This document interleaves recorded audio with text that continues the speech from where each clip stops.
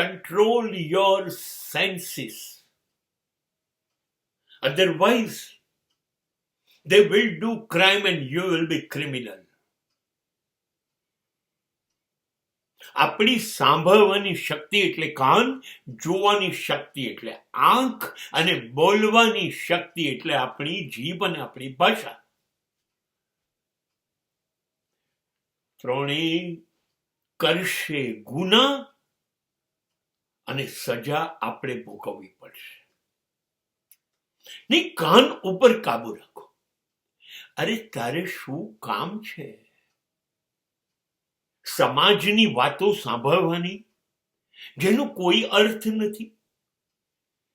તમે મને સમજાવો, આંખને એ સમજાવો બહાર જોવાની, બહારનું બધું જોવાની જેનો કોઈ અર્થ નથી. તારે જરૂર શી છે? આ બંનેને સમજાવો. Close the gate of ears and eyes. આંખ અને કાનને સમજાવો. નથી સાંભળવું, નથી જોવું. શું જોવું છે?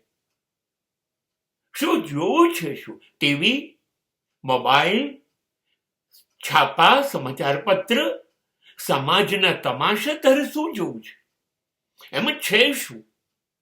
એમાં છે શું? અપરાધનું જગત છે. ક્યાં ખૂન, ક્યાં બળાત્કાર, ક્યાં ચોરી, ક્યાં લૂંટ, ક્યાં દગાબાજી, ક્યાં હલકટાઈ. બસ આની તો માહિતી છે. એ જોવા માટે આંખ, કાન તારું સર્જન થયું છે. કરે છે એ લોકો, ભલે એ લોકો કરે, પણ જુએ છે અને સાંભળે છે તમે, માટે તમે પણ ગુનેગાર છો. અને જીભને પણ સમજાવો. એણે જેટલી બરબાદી કરી છે ને, એટલી બરબાદી તો બીજી ઇન્દ્રિયો કરી શકતી નથી.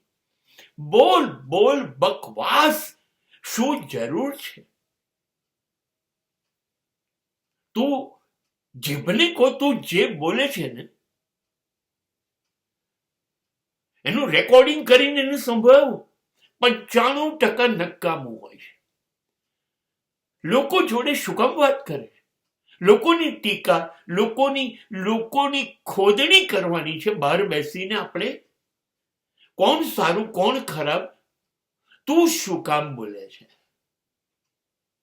નહીં, જીભ, આંખ અને કાન સૌથી મોટા ગુનેગાર છે.